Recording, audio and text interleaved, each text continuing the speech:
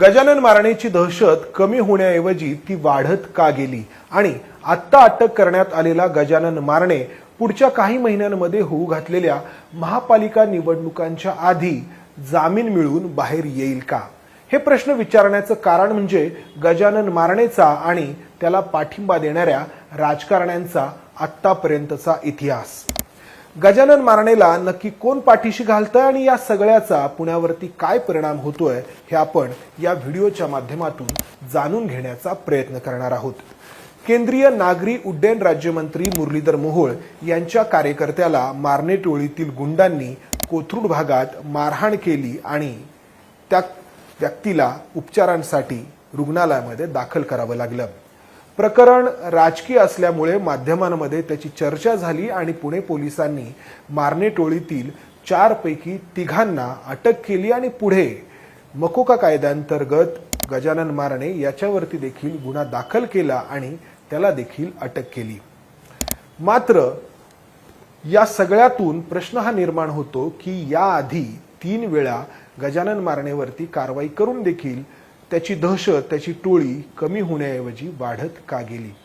याचं उत्तर आहे सर्वपक्षीय राजकारण्यांनी गजानन मारणेला जाहीरपणे दिलेला पाठिंबा, जाहीरपणे गजानन मारणेच्या घेतलेल्या भेटी, त्याचे माध्यमांमध्ये, समाज माध्यमांमध्ये पसरवण्यात आलेले फोटो आणि त्यातून नवी पिढी गुन्हेगारीकडे वळणं, आकृष्ट होणं आणि त्यातून या गजानन मारणेची टोळी आणि त्याची दहशत वाढीस लागणं. नजीकच्या काळात गजानन मारणेची कोणकोणत्या राजकीय नेत्यांनी भेट घेतली आहे हे जर आपण पाहिलं तर उपमुख्यमंत्री अजित पवार यांचे पुत्र पार्थ पवार यांनी गजानन मारणेच्या घरी जाऊन त्याची भेट घेतली. त्यानंतर शरद पवार यांच्या पक्षाचे खासदार निलेश लंके यांनी देखील गजानन मारणेची त्याच्या घरी जाऊन भेट घेतलेली आहे. त्यानंतरचं नाव आहे ते राज्याच्या मंत्रिमंडळातील मंत्री असलेले आणि कोथरूडचे आमदार असलेले चंद्रकांत पाटील यांचं. गजानन मारणे याच्याकडून आयोजित करण्यात आलेल्या दहीहंडीच्या कार्यक्रमात चंद्रकांत पाटील यांनी स्टेजवरती जाऊन गजानन मारणेकडून सत्कार स्वीकारला. गजानन मारणेची पत्नी जयश्री मारणे या मनसेकडून नगरसेविका म्हणून देखील कोथरूड भागातून निवडून आल्या होत्या आणि त्यानंतर काही वर्षांपूर्वी त्यांनी राष्ट्रवादी काँग्रेसमध्ये देखील प्रवेश केला होता.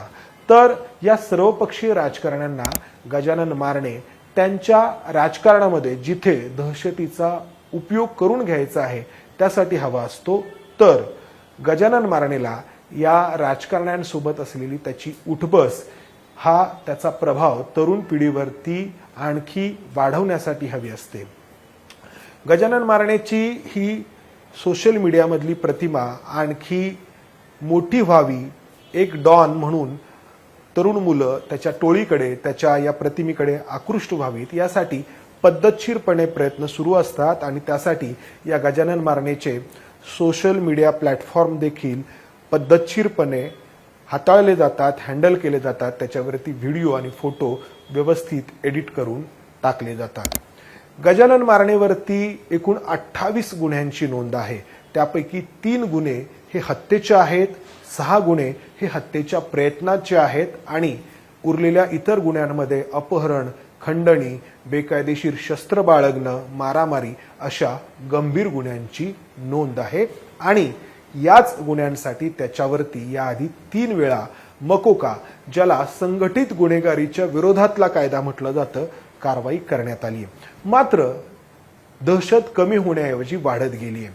अशाच एका प्रकरणात गजानन मारणेला अटक करून तुरुंगात डांबण्यात आलं आणि नवी मुंबईतील तळोजा कारागृहातून जेव्हा जामिनावरती गजानन मारणेची सुटका झाली तेव्हा पुणे मुंबई एक्सप्रेसवेवरून या गजानन मारणेच्या समर्थकांची जी मिरवणूक निघाली त्यामध्ये शेकडो वाहनं सहभागी झाली होती आणि त्याचे व्हिडिओज, त्याचे रील्स समाज माध्यमांमध्ये इतके पसरले की गजानन मारणेला पुणे पोलिसांना पुन्हा अटक करावी लागली. मात्र त्यातून जामीन मिळवून गजानन मारणे पुन्हा बाहेर आला आणि त्याचे उद्योग सुरू असल्याचं आपण पाहतो.